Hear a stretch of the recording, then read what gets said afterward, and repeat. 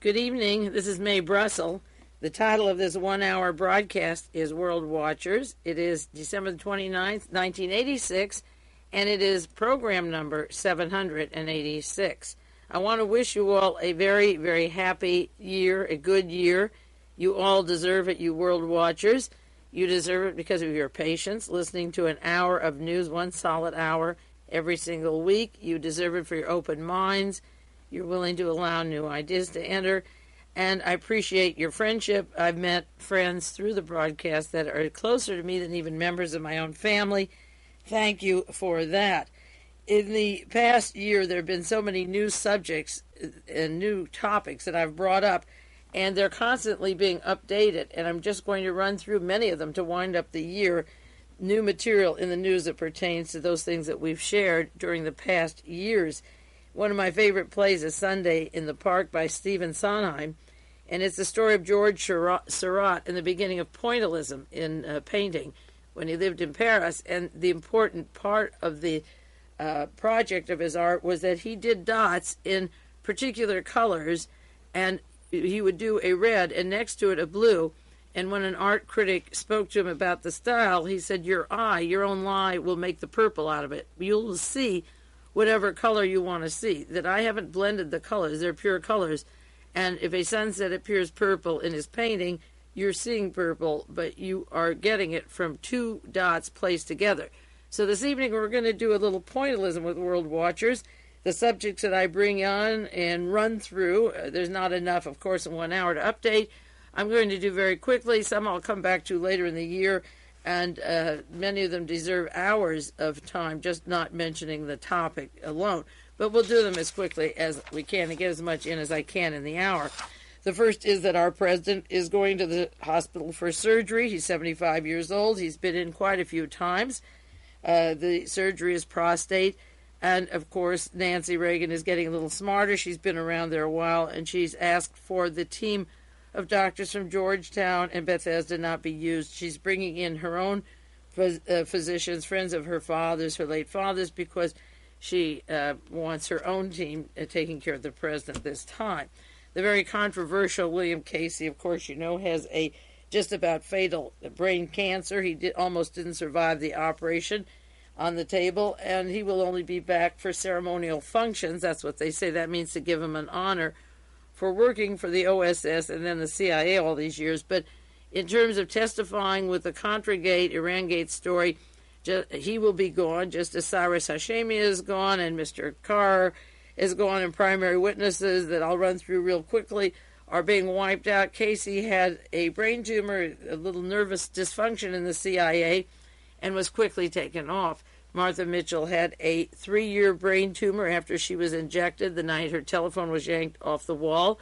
At the time of Watergate, Jack Ruby had a 3-week cancer after he sent messages outside the prison. That Lyndon Johnson and the far-right wing were involved in the murder of Kennedy, and Casey had a 3-hour diagnosis and then 5-hour surgery for a brain tumor right after he received a telephone call from his client friend, Mr. Fermark in Canada, who wanted his $10 million back that he had loaned Casey for buying arms for Iran. So Casey is out of the way for all practical purposes.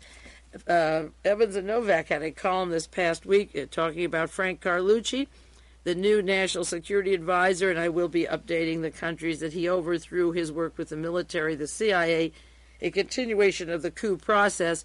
And in this article by Evans and Novak, they mentioned that he would be working closely with Sven Kramer.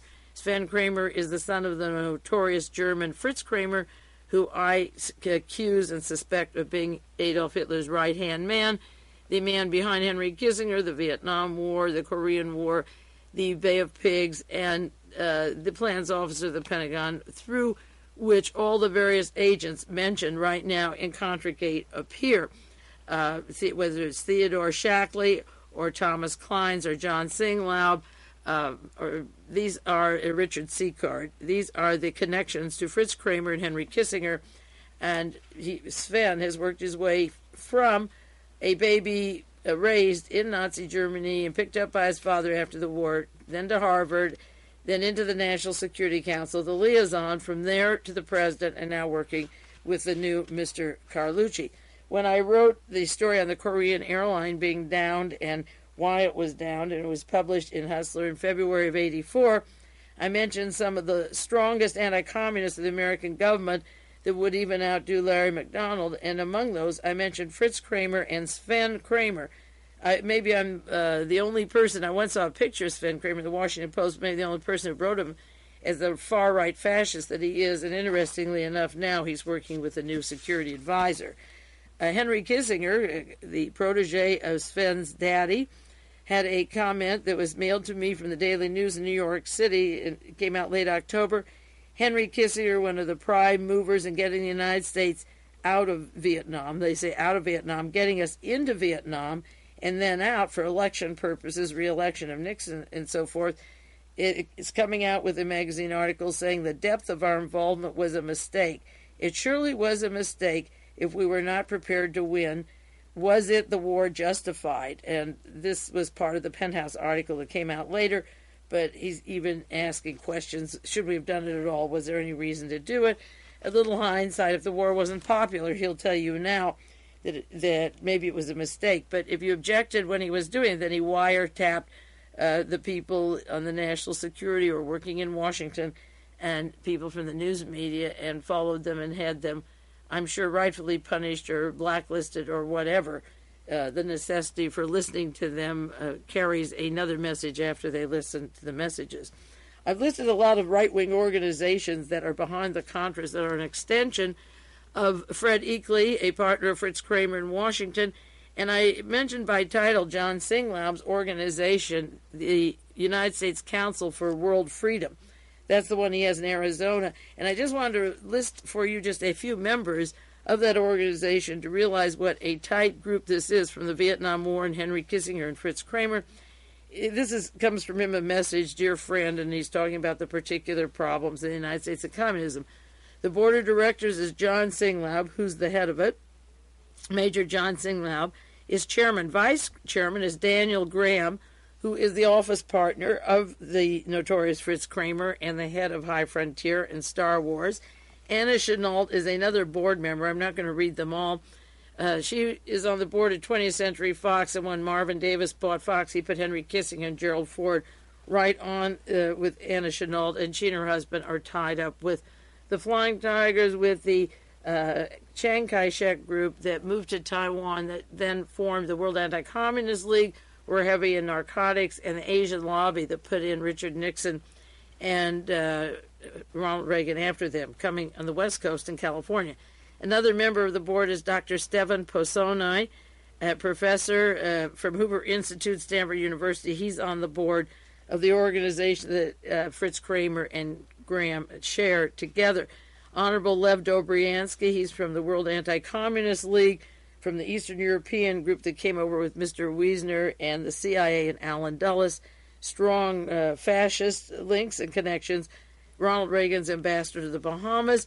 Then Robert Morris is on the board of this organization, and Robert Morris is described as the chief counsel of the U.S. Senate Internal Security Subcommittee. This was for Senator Joe McCarthy, but he also was located in Dallas, Texas. He's the president of the Dallas University, a Knight of Malta from the Vatican, and he is the person that General Walker sent his team of 19 from Munich, Germany, to contact and make arrangements for people involved in the murder of John Kennedy in Dallas in 1963.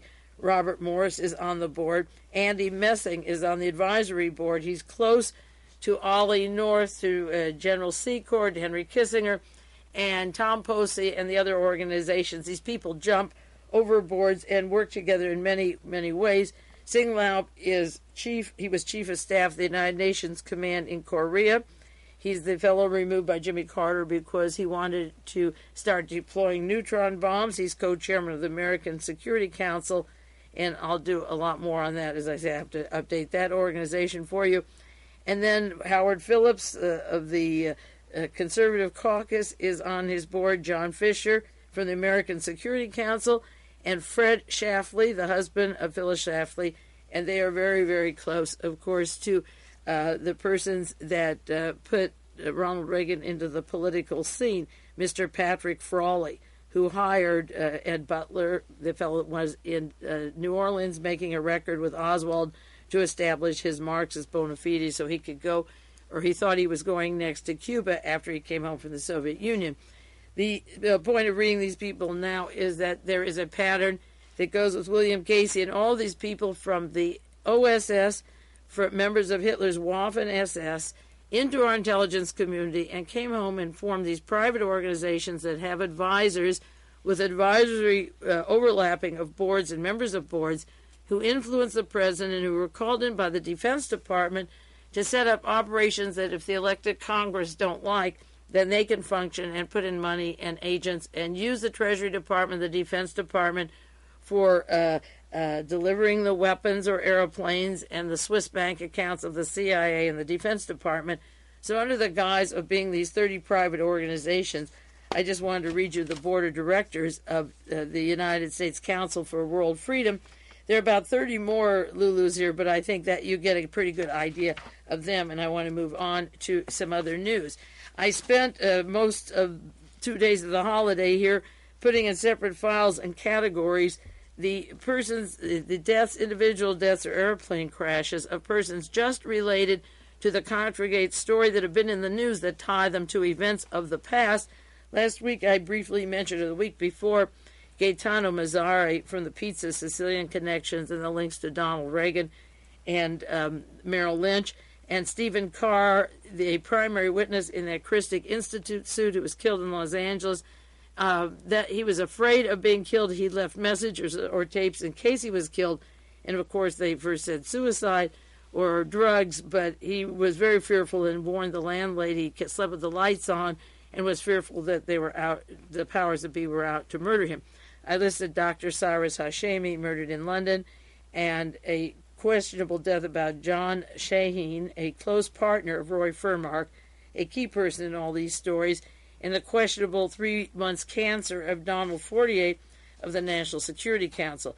Now, in the next year, 1987, I'll be running down with you, in addition to those or more details on those cases, the connection of Mr. Cirillis with George Bush, the anti-Castro Cuban, and the blowing up of Air Cuba and the CIA when Bush was CIA director. Going back, I'll go to Air Florida and the airplane crash I did many hours of research on in the relationship of those events to Stanley Sporkin, who was recently made a federal judge by Ronald Reagan, and the role of Sporkin in having Edwin Meese not investigate the Contra drugs murders in Florida for a while, or Fort Lauderdale, holding it up because of the links to Iranian money. All of the people involved in this Iran-gate go back to the Bay of Pigs, to Robert Mayu, the CIA, the FBI, and the use of those particular agencies to set up assassination teams. And, of course, the big payoff in all this was opium and cocaine. The Contra airplane that fell in Nicaragua, I want to update more about the CIA connections of those people. And I still want to know why the fourth man on that airplane has only been identified in one quick sentence in U.S. News and is still a non-person. There must be a very good reason for that. Also, the Contra airplane that went down at Kelly Airfield has not been explored sufficiently, or Leon Mulcahy. Has he been proven or disproven, or will it ever be that he's related to Kevin Mulcahy because of the connections to Edwin Wilson and so forth? I have a list of like 36 deaths and primary witnesses. The most recent, I won't run them all down now because I'll continue the deaths later. The Kansas City Star, a friend in Kansas, sent me a short article about Glenn Souham, S-O-U-H-A-M, and the Washington Star had a long article about him December the 10th, 1986, titled White House Quizzed on Ties to Slain Frenchmen. And it has to do with a senior member of the National Security Council staff and involved with the president's appointment secretary, and the links of Glenn Souham, who was shot and murdered by ambush by two gunmen just this past September. He has close links to the White House, was working for the White House. He died in Paris, and I'll do more about his death and his murder. This Mr. Souham was the person that he practiced law with, was a law partner of former Vice President Walter Mondale, and Mr. Overman, his law partner, worked closely with Gerald Ford as an associate director in the White House, and was a fellow assistant to Vice President Nelson Rockefeller. I'll do a lot more about the political connections of this person, but he's key to this story, and he died in Paris just a short while ago as the story was breaking out. Now, the local newspapers, and I'm sure your papers where you live, had a list of the top stories of 1986. You were supposed to choose out of a list of this what you considered the top stories, and out of the top foreign national stories, you're to choose like 10 out of 15. I marked the ones that we have carried on World Watchers and brought up, and I added two that they don't have here that are left out that are very, very important. Now, the main news coverage may cover up a lot of the implications of these stories, but one of them, of course, is the Iranian arms dealing and the Contra funding. The next is the Challenger explosion. The fact that it exploded isn't the story. The fact that it was ordered to blow up and the transfer of it from a obvious attempt to make it a peacekeeping apparatus for exploration, it shifted directly to military. But the Challenger explosion, the Chernobyl disaster, and again, the leakage of the radiation and so forth, the story that we did on World Watchers that I shared with all of you was I thought that it was sabotage. The Reykjavik summit is recommended here as a suggestion for one of the top stories. The story of Reykjavik isn't over yet. What was said? Why did the president go there? Why did he come home and offer to give up all atomic bombs, not all, but bring home and deploy a lot of bombs scaled down in Europe? What kind of a deal did he make, and why did he make it? And, of course, that has to do with Danilov. And when they list these things, they don't put Danilov next to that. Democrats capture the Senate in an off-year election. That's another story. But how hard they fought and how the Republican governors won has to do with Ollie North and the money that goes from Iranian profits into domestic elections.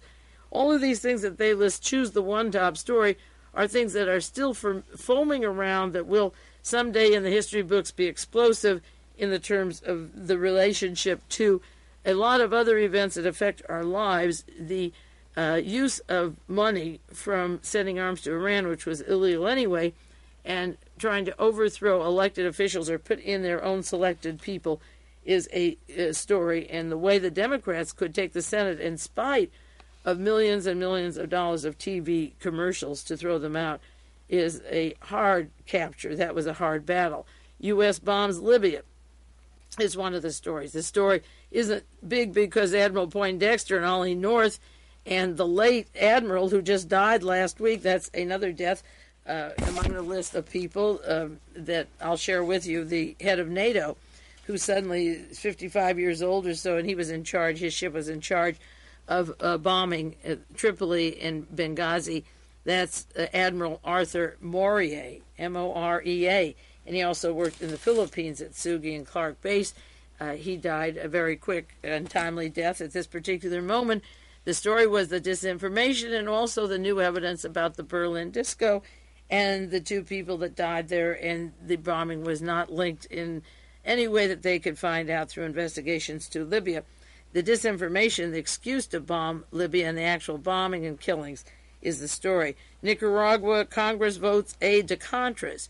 That's a big story, but then it turned out that Ollie North used the media and lobbyists and millions of dollars of disinformation about the dangers of what the Contras were doing, so that the Contragate story has to rearrange the news the way it's covered. They list these as single events, but what makes them events are the contradictions, the lies. The team of the CIA, of the National Security Council, of the super secret group beyond the National Security Council is what makes the news. They list Ivan Boesky's fall and Wall Street inside trading scandal. Boesky's fall was important, but Boesky is on one of these far right-wing foundations, and I'll run some of those more. I'll update those with you. He works with Mr. Coors. He's a very conservative representative of the Jewish community and also one of the big financiers of Simon Wiesenthal. Boesky, the fascist, and Boesky's connections are important because of the people who want to believe in him as a great success story, and then his fall. They have Danilov's Soviet spy released. That was a story, the way Arm & Hammer went over there. But the pressure of the release, the day he was taken, was the same pressure and anxiety that the former Attorney General Griffin Bell had to go to Hassenfuss, and they had to get him home. It was why he was released and how fast he was released, not that he was released, but what was the hysteria and why did it cause Reykjavik, and they're not listed as connected events, they're listed as separate. Then they have Mideast terror, the Pan Am hijacking in Karachi, 2 American hostages freed, and the Turkish synagogue massacre. In one, 22 were killed, the other 12 were killed. Those happened the night before Ronald Reagan was to campaign for Ed Schau, one of the most conservative senatorial candidates, whose campaign was run by David Packard of Hewlett-Packard from Stanford University. And I did broadcast on the fact that Schau, after the synagogue bombing and the Karachi, Pakistan airport crisis, then he said, I now have an issue. And following those, the same next day, he was down at Century City with Ronald Reagan, and they could talk about terrorism as a campaign issue. I want you to note that this was a long while ago, a few months ago. There hasn't been anyone arrested in either case, no one apprehended, no one in the Jewish community saying what happened in Turkey. These were agent provocateur effects happened by our allies, NATO ally Turkey, and also Pakistan with Mr. Zia, to affect the election of congressmen, senators, and representatives and governors to get conservative, strong persons into office, that those events are created over there. Then they mentioned the Rehnquist-Scalia Supreme Court post. Scalia, incidentally, gave the judicial permission for the likes of Henry Kissinger to wiretap or bug persons if it's national security. Rehnquist and Scalia are important, but also the president has appointed 50% of all federal judges on benches have been appointed by Ronald Reagan in his administration, and he has 2 years to go. Another news item they list is Marcos toppled in the Philippines Aquino takeover. But, of course, the story is why is John SINGLAUB down there? Why is Thomas Kleins? And the real story there is the missing billions. And it ties into Japanese reparations, Nazi money, Nazi gold, war profits, and money sent from various agencies in Europe and Japan, and the links of the Marcoses to Swiss banks, siphoning it out of the country, that they had to topple her. The administration toppled her, and it has to do with gold and narcotics traffic. Then they listed administration accused of disinformation campaign on Libya. That's a news story that Admiral Poindexter said, we can lie to you. In the interest of deceiving Gaddafi, we can tell Gaddafi that he's having a breakdown, that he's sick, and nobody loves him. Well, only Gaddafi knows that he isn't having a breakdown and he isn't sick. But all the other stories that I've listed for you are disinformation. Every one of them carries an aura of disinformation, of propaganda, of anti-terrorism, of anti-Sovietism, and they are used for political purposes that include disinformation. And one reason I've been so busy, in the last years with Reagan as president, is it's hard to keep up with the events and then save all the articles and prove all the lies that keep coming down the pike. Then another item here is thousands die of AIDS. Search for a cure continues. It isn't thousands, it's into the millions. That's another lie. And the true facts about AIDS and the disease AIDS was suppressed, particularly until the last election was over. And then all of a sudden, Great Britain is concerned about AIDS. They want to give physical examinations to people who come into there, and everyone in our army is being checked for AIDS. I'll update a little more on AIDS. But that is a lie to say thousands die when it is much more, and you can see that in your papers. Another news story they recommend, you're supposed to choose which one is the most important out of all of these, as if these aren't connected. Another one is the furor over Waldheim's war record, elected president of Austria. And then it turns out that France, the United States, and all the major nations knew that he was a war criminal, that he should have been prosecuted, that they held this back. He's now literally under house arrest. He hardly leaves the place.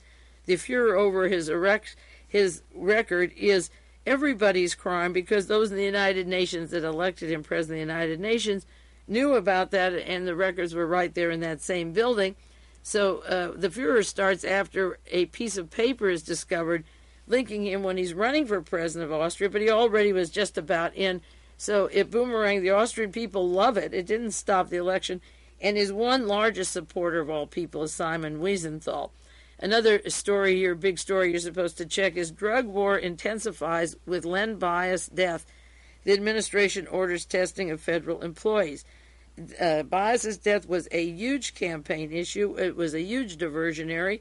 It gave Mrs. Reagan a chance to be a prominent public servant. She even received $50,000 from Mr. Furmak, that controversial man who was wheeling and dealing with the likes of Cyrus Hashemi and Adnan Khashoggi, whose fingers tip a little bit of drugs, as do Paul Laxalt and the whole entourage, Marcos of Philippines, Imelda Marcos. They are in the middle of the hugest drug operations in the entire world, and the Bias death was, again, a big campaign issue, divert from all the other things that he was doing at the time, get rid of two well-known black athletes within a few days of each other, and go for drugs when the drug problem among the athletes is not a big problem in the United States compared to many others. And then Duvalier, overthrown in Haiti, goes into exile. And, of course, the big story is the flight capital, that when people know they're not popular and the castle is being stormed, they've taken 10, 20, 30 million out of the country, if not more, put in Swiss banks. Then an impoverished country says, come help us. And the big story is that then the United States started sending arms and weapons to replace what Papa Doc was doing to keep the police and the people down, and you don't hear much about Haiti. And then the item about U.S. economy, hard times in oil country, Midwest Farm Belt restructuring. The big story was the payment of $2 billion not to grow crops next year. Well, there's such massive starvation around the world that we could be feeding people instead of finding a way to get rid of food because it's too expensive to store. Now, the two big stories that aren't on this list that I covered at length are the story of advanced genetic sciences, the plan to put live bacteria onto food and not knowing the consequences and how it could affect the immune system of people, and, of course, testing the neutron bomb in Cameroon. They didn't list the 1,700 people that died in Cameroon, but that is one of the big stories they've left out here. The Guardian had an article December 17th, rare debate about genetic engineering, and it's about biology and advanced genetic sciences and the illegal use of some of these testing programs in Argentina on food that they were not told about. In these times, just this past week, December the 10th, has an article on Jeremy Rifkin, his Foundation on Economic Trends. It's called Biotechnology, Is It a Panacea or a Pandora's Box? That is a big story.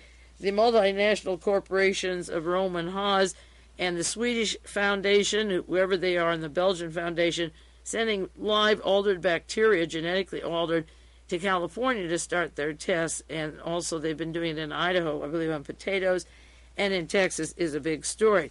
This past week, a few days ago, in our local paper, they said tests of ice minus bacteria is safe. Now, the proof of these things doesn't come out for 5 or 10 years, but they said advanced genetic sciences can begin using ice minus, that they used it at a Tule Lake agricultural field station south of the Oregon border, and therefore it is safe. And Jeremy Rifkin said this is only a rubber stamp for the project. There was a story in the Wall Street Journal just recently. Not all private eyes go around trailing wayward spouses. That's a funny title of an article, a long article, May 23rd, and this past year, and it tells about a well-known man, William Callahan, who is a private spy for agencies such as Reverend Moon and the former Shah of Iran. His clients include Roman Haas and the Reverend Sun Myung Moon of the Unification Church, among two of them. Well, Roman Haas is one of the large corporations that began and started the offices out in Oakland, California, or Berkeley, of Advanced Genetic Sciences, and the people they associate with and have help in common with, or investigators in common, also are closely tied to the Moonies. And the Moonies are great scientists. They had a convention in Washington just in November, this past month, November 27th, 30th. And there's an article in New Solidarity titled Mooney Science Meet. And this has to do with the convention of people there who relate then on to other subjects in the news that we've covered for a long time. The gist of the article is about Alexander King, the founder of the Club of Rome, who opened the Moonies Conference on Science. and the subject was depopulation of Africa. The conference is called the Conference from the Unification of Science, ICUS. Reverend Moon set it up. It's the 15th annual scientific convention with 254 scientists, and they have unlimited, according to this article, unlimited mysterious funds at the disposal of the Unification Church. They're all guests there. And Mr. King from the Club of Rome spoke on Africa, on the need to control the country, how to control the culture, the language, the diversity in Africa. He said the culture, language, and diversity must be abolished, changing Africa's mentality completely, and all its religions must be changed, and anything that resists family planning, under the guise of family planning. And the article goes on to say it's already being depopulated by famine, drought, and epidemic diseases like AIDS.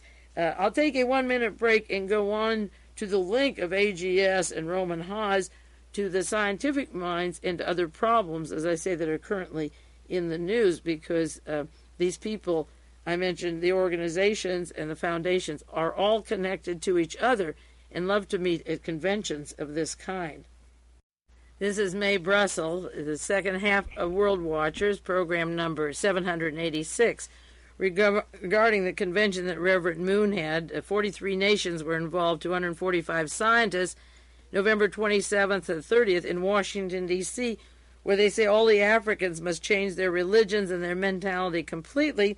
One of the main science speakers there had a theme called Unifying Principles in Science, and it's run by EUGENE WIGNER of Princeton University, and his subject was entropy. Now, EUGENE WIGNER is on the board of Western Goals. He works for a far-right group, the Pew group, that are involved in literally the intention to take over America for fascists prior to World War II. EUGENE WIGNER is a member of Western Goals with Edward Teller and Admiral Moore and John SINGLAUB, the man distributing the Contra money. He's on the board of Western Goals.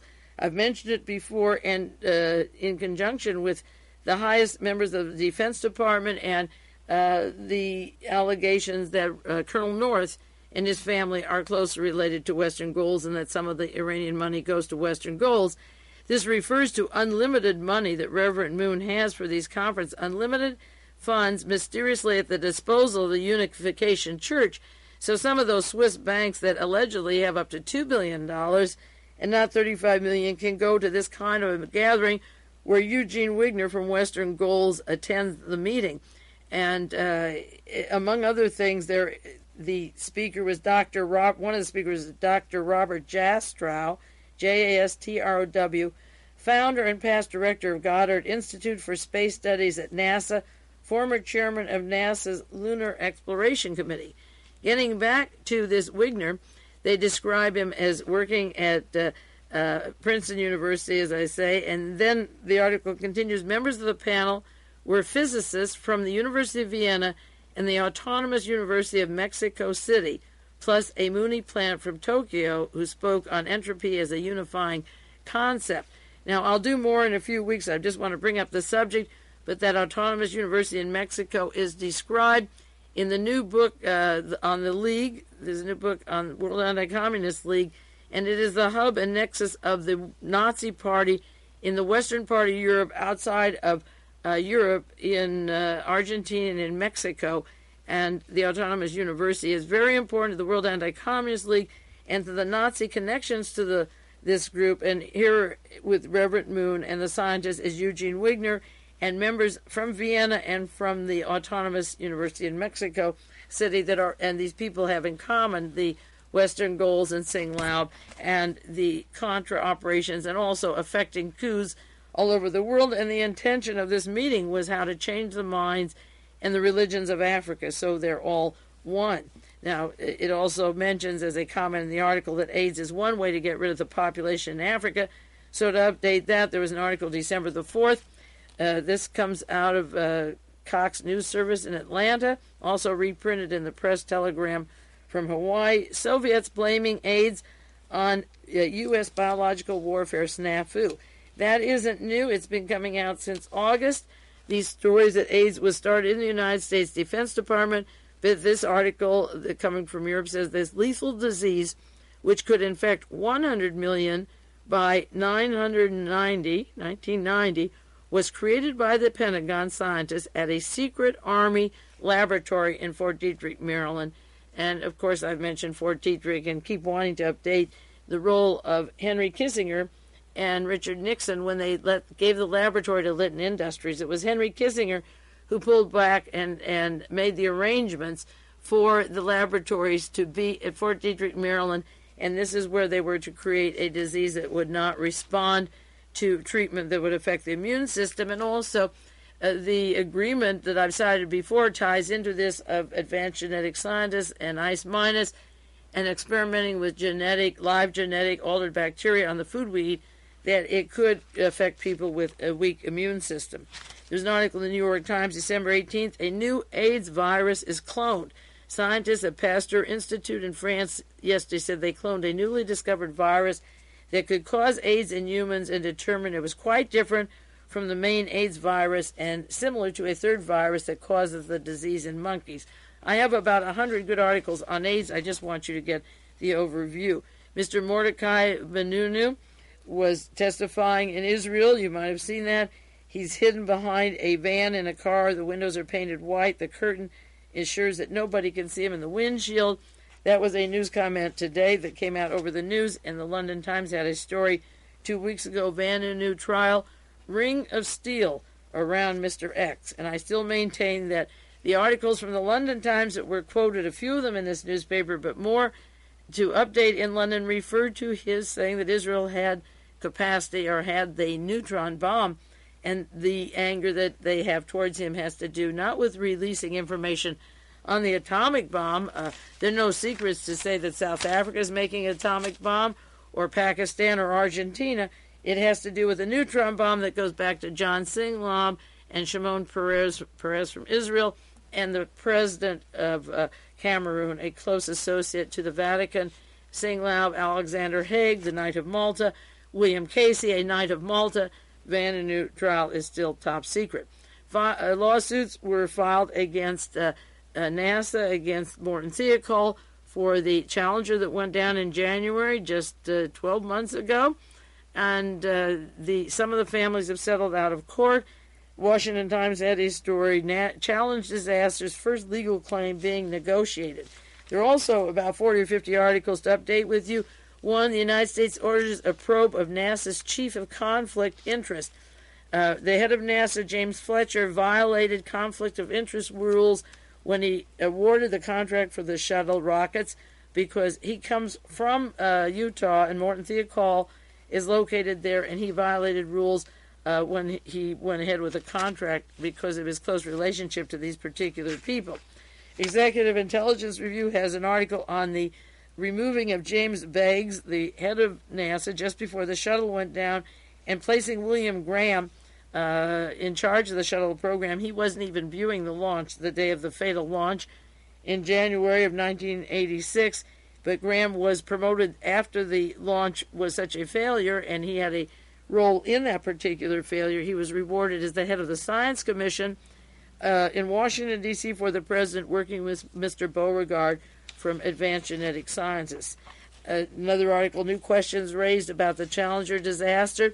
Engineer says the O-rings might not have been the only cause, and I think you've seen many of these in the past week. They've been carrying them over the wire service. There's one in a magazine called New Scientist that was mailed to me from a listener. Thank you for that. Written by Pat Jones, and the article begins, the beginning of the end for NASA, ? With civilian space program being cut back, morale at NASA has hit all-time low.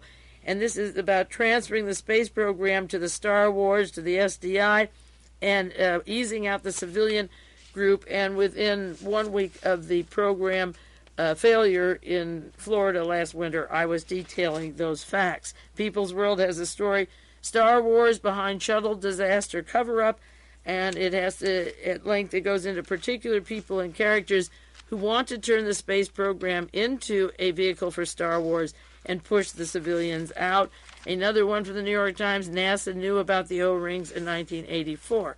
By having a visible disaster in front of us, there's an excuse to create a new agency throw out some of the old people and then promote others, and that is taking place all the time. We'll have to do one broadcast in 1987 of the promotion of jobs of people involved in the failure of the program in the first place.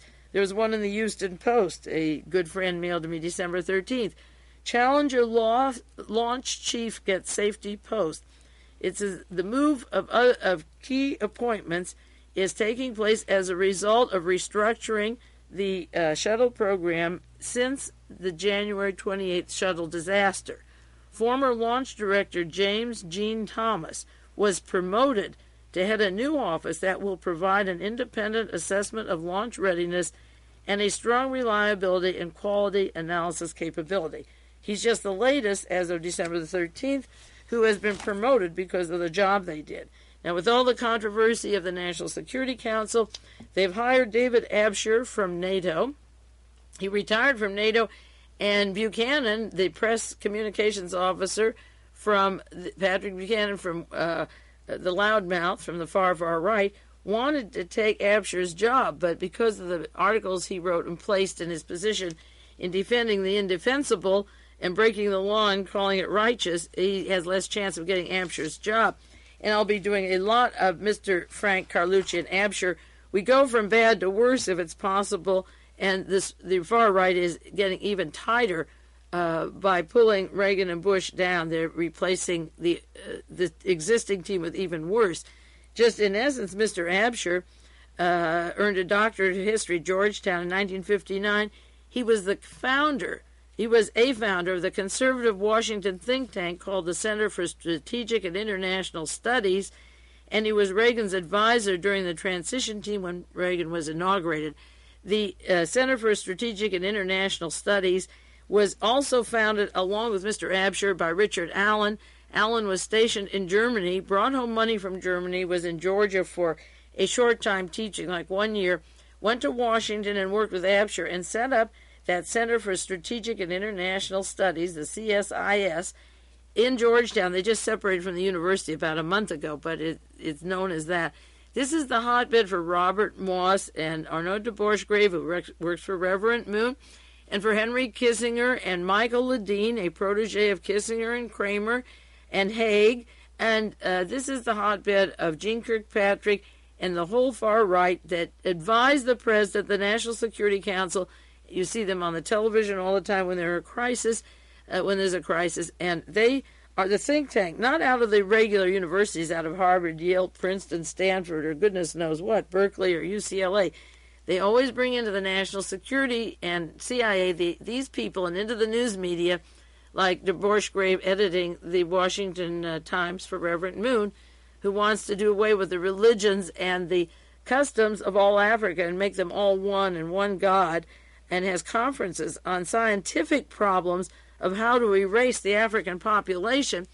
The center for all of the thinking is done by private groups like I read John Singlaub's group, 30 organizations, and they all come and wash through the Center for Strategic and International Studies. So Mr. Abshire runs that operation. He also broke rank because most admirals or generals or army people are not supposed to favor politicians during an election, but he joined 22 ambassadors and endorsed Senator Jesse Helms for re-election, and Helms, of course, is the closest buddy of the World Anti-Communist League of John Singlaub, of Roberto d'Aubuisson and the death squads in El Salvador, with the Argentine military junta, with Mr. Pinochet in Chile. He is the godfather and daddy and connecting link to every kind of a right-wing organization and works with Singlaub and all of the Contra-Gate operations. And what I'm sharing with you now is not the particular details of Iran money or operations or Contra, but how the people who work with them are siphoning into our institutions at this time. People's World had a long article this week, and there have been some really good ones, by Tom Foley. The CIA, the history of arms and drug deals. And this started as early as the 40s, and particularly in 1960, set up by people like John Singlaub and Richard Secord, Theodore Shackley, the World Anti-Communist League, the Chinese from Taiwan, that went to Taiwan from the mainland of China. And this is a long article, and some of these things have been in books, of course, but it's very important to see how persons like William Cooper, a pilot that ran the plane that was shot down in Nicaragua, worked with these teams and CIA airlines, going back to Laos and opium connections. There was an article by Michael Kingsley in the New Republic. He was also been on television a lot, low comedy in high places, and the gist of it is that why can't you laugh at Reagan? What's wrong with laughing at him? The administration is wide open for laughter, and why should we feel guilty? Why shouldn't we have a good time? He says the simple honesty requires any Washington type to admit we live for this kind of episode. The adrenaline is flowing like Perrier. Everyone, Reagan supporters no less than its opponents, are wandering around in a happy buzz induced by those oft-denounced but rarely eschewed twin intoxications, gossip, and speculation. He says disarray is the essence of farce, and it is funny to see the National Security Council acting like three stooges. The Iran episode has not lacked for pies in the faces, missing pants, stubbed toes, confused identities, mistaken embraces, role reversals, strange noises, and other classic elements of lowbrow comedy. It's only human to laugh, and he says it's a healthy instinct to understand Ronald Reagan. No one was acting mightier, especially in the 1984 election, than the Reagan administration. Children find Humpty Dumpty amusing, not tragic. And he says after the liberals were beat down for 6 years of Reaganism, why can't we sing a happy tune? And it's a wonderful article on we don't have to feel guilty to enjoy Contra-Gate. And also you heard that the airwaves have canceled a salute to Ronald Reagan, sponsored by persons who don't want to put their money up in the lieu of all this, that don't appreciate him arming Iran while they're behind killing over 200 Americans in Lebanon, or arming Iran while they know Mr. William Buckley of the CIA is having his arms and legs torn off. Even those people don't want to pay money to honor him. So maybe some good people will come up with the money, some mafia bucks, but they want to cancel on his 76th birthday a show for him, and he will probably have a prostate cancer by then. I would predict things won't go too well. Reagan's finest hour in the past 6 years, according to the brilliant strategist, the greatest mind around him, Edwin Meese, was Grenada. The story of Grenada will unfold for years to come. You've read that 14 have been convicted of murdering Maurice Bishop and others, and they're going to hang 14. We have seen a lot of political assassinations and a lot of loners. We take over this island, we democratize it, we say Maurice Bishop is bad. We have not seen 14 hangings in a country owned and run by the American government. This is horrendous. It is just terrible.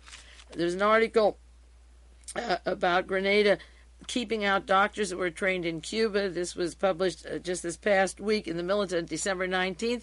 Coming from European press, it says all news coming out of the Caribbean island has the same tone, degrading living conditions, indifference to people's needs. 10 people from Grenada graduated from medical school in Cuba. They arrived in their country, and they were told by the United States government, you can't practice medicine here.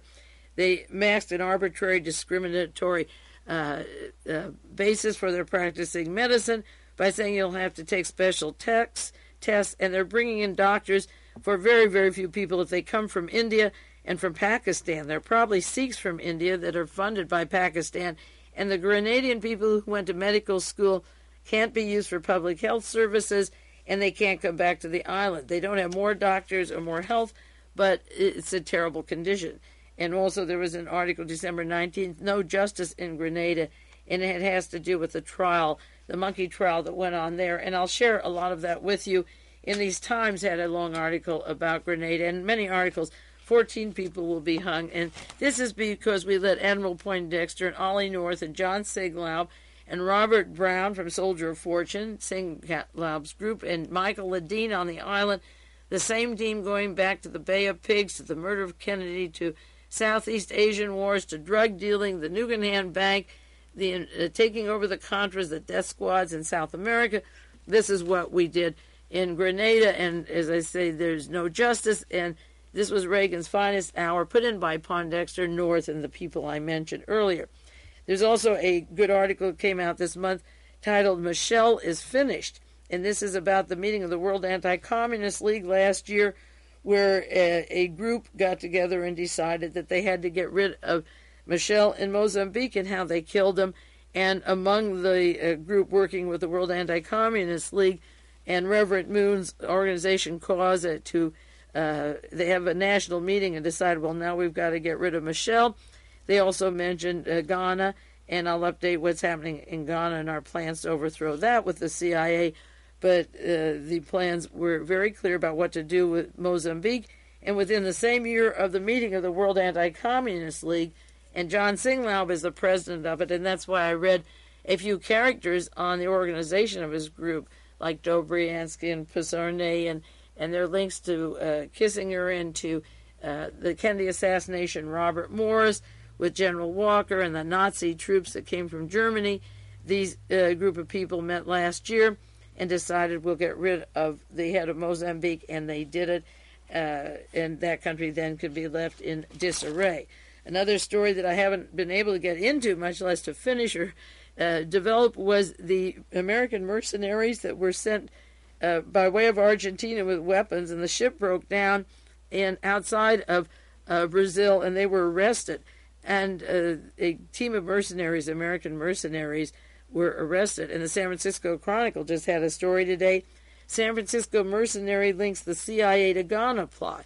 That's the next country that we have in mind to overthrow, and it tells about the former president, the Ghana dissident Godfrey Osei, O-S-E-I, who went to the CIA and 2 years later they said, okay, the wheels are rolling, and how some of his persons have been arrested separately. One was arrested in a San Diego trial. He was mentioned smuggling marijuana into the United States, and at his particular trial, his name is Mr. Early.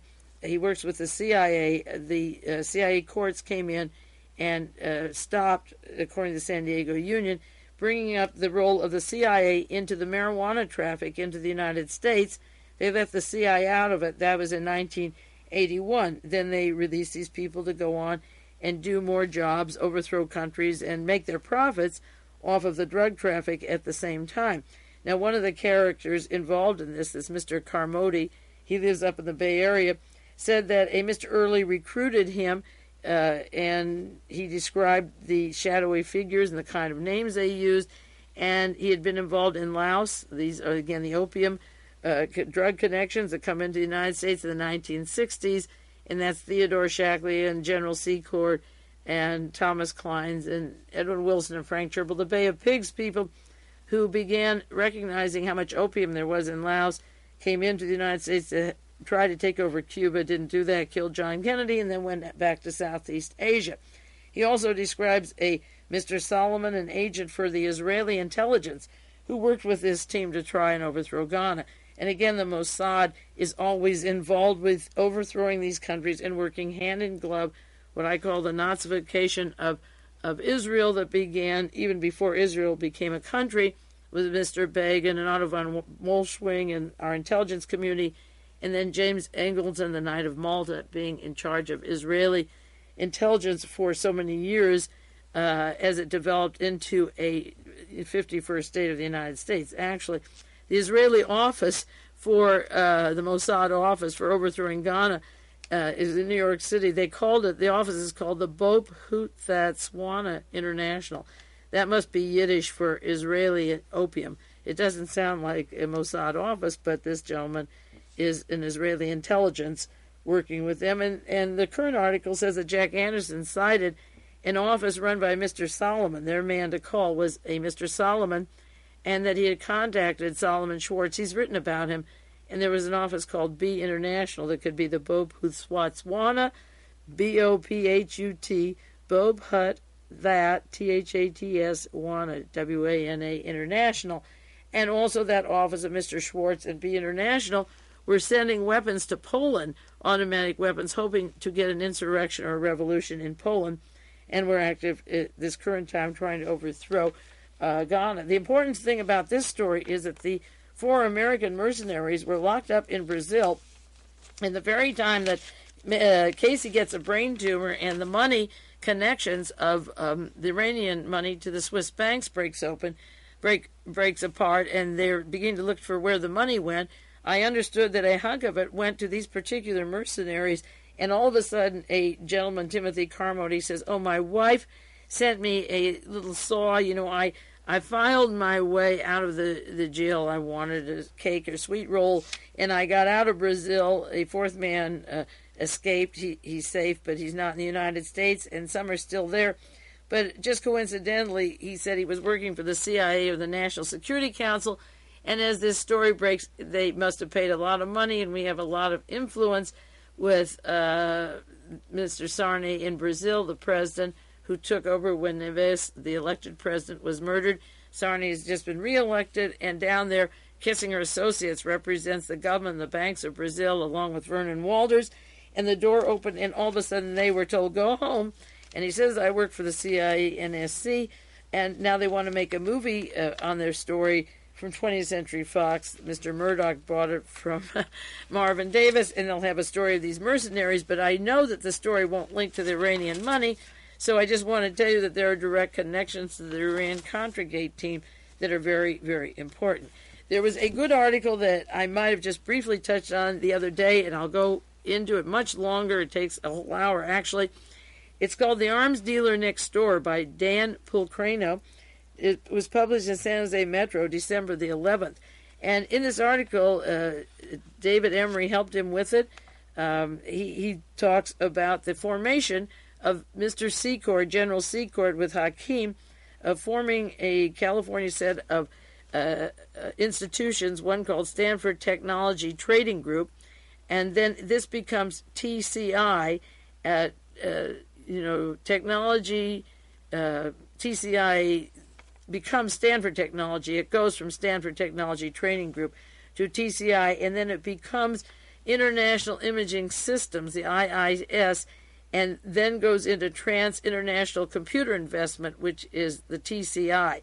The corporation began Stanford Technology Training Group, International Imaging System, and then Stanford Technology Corporation from Trans-International Computer Investment.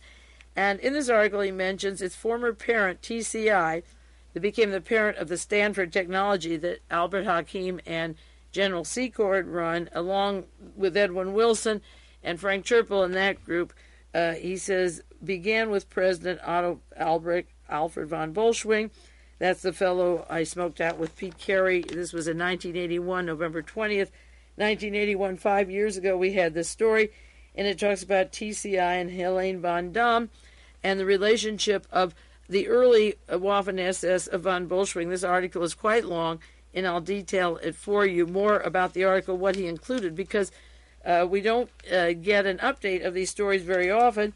And the story that Pete Carey wrote in November 81, as I say, 5 years ago, we now see Albert Hakim and General Secord, Richard Secord, as being very instrumental in the whole Iranian story, and with the Contra-Gate and those people, these teams of spies that drew narcotics traffic, assassinations, coups, and overthrow countries. This is an update of something that was published in 1981. Now, along those lines, Helene von Damm, who's mentioned in the article in the San Jose Metro, she had a long coverage in the Washington Post and San Francisco Chronicle. Book by Reagan's former secretary is causing a stir. And she gets into the controversial question. They will ask her, how did I get where I did? The fact that she was with the President of the United States and with advising the President on jobs and appointments. And at most the question was raised, how did I get there? Most likely because at some time I was Reagan's mistress, which would also explain why Nancy didn't like me. She says this isn't true, that it was just brought up because people introduced the subject of how did I get there. Well, how she got there was that William Clark of Military Intelligence, who was Ronald Reagan's one of his closest friends in California, he made him a justice on the Supreme Court. Clark was from Military Intelligence and was in Vienna and arranged for Helene von Damm to come to the United States. She was handpicked and came through the American Medical Association into Detroit, then to Chicago, and then to Sacramento, where she linked up with Waffen-SS Otto von Bolschwing and became the appointment secretary for Reagan for 8 years, and then first administration of Reagan, and then enough to get appointments settled for the second administration. Then she went on to be ambassador in Vienna. She has a book coming out, and of course she asked the question that people want to know, how did I get where I did, but that's the teaser or the payoff for millions of dollars if she wants them, and a lot of that payoff comes through book money, and she's teasing you on the subject. The Executive Intelligence Review has a long article on Contra-Iran-Reagangate, and I just want to share one sentence with you because time is running out. It talks about Henry Kissinger's role with William Colby in Southeast Asia and Admiral Stansfield Turner, and his network of covert warriors, including Theodore Shackley, and his close associate, General Richard Secord, who became one of Kissinger's most loyal paid operatives. Now, Kissinger worked through the whole Southeast Asian war with these very people who were into opium traffic, narcotics, and creating huge masses of money that went into the Nugan Bank. And Bernie Houghton of Nugan went to Saudi Arabia. And Secord is one of the persons that insisted on Reagan sending AWACS to Saudi Arabia. You think of Henry Kissinger as being that little Jew that Kramer talks about, but Kissinger was close to the very people arming Saudi Arabia, sending weapons there, arming Khomeini, and a very important person in the policies of Central America and the Middle East and Southeast Asia and South Africa. He's the kingpin, and behind him, of course, is Mr. Kramer, Fritz Kramer, and next to him now is his son Sven Kramer in the National Security Council. So this one article about private financing of the pocket in the national security goes down to Secord and Kissinger and their network of private agents, which brings you to Secord, Hakim, and von Bolschwing, and back to the Waffen-SS and the Galen operation. That's why Kramer, Graham, Kissinger, Secord, and these people are so terribly important to what is happening to the world and what has happened to this country. And I'll be doing a lot of that subject continuously in 1987. Well, I have about 30 more articles. I thought I could run through quickly even the titles, but the time is out, so I can't. We have to wind up the year with starting next week, and that's the way it goes and flows. The news just keeps going on, and what we don't get on in 1 hour, we bring it up later, sooner or later. And the items that I share with you on World Watchers have connections to each other. They're not separate. They're agents and persons that affect each other and make the news, make the lies in the news, make the books that expose the lies, make the investigating committees that expose the liars. So we have an interesting year. Certainly, I never thought that Ronald Reagan would slide so quickly down a greased pole. I know he's done a lot of bad things, but I never in my life imagined how quickly this whole thing could fall apart in the way it's falling apart. So it'll be an interesting year. Again, have a good year, and I'll be back with you next week to continue where we left off on some of these horrible stories. Bye-bye. I'll say goodbye. And this is Mae Brussell to share some more from World Watchers with you, I hope, for quite a few years.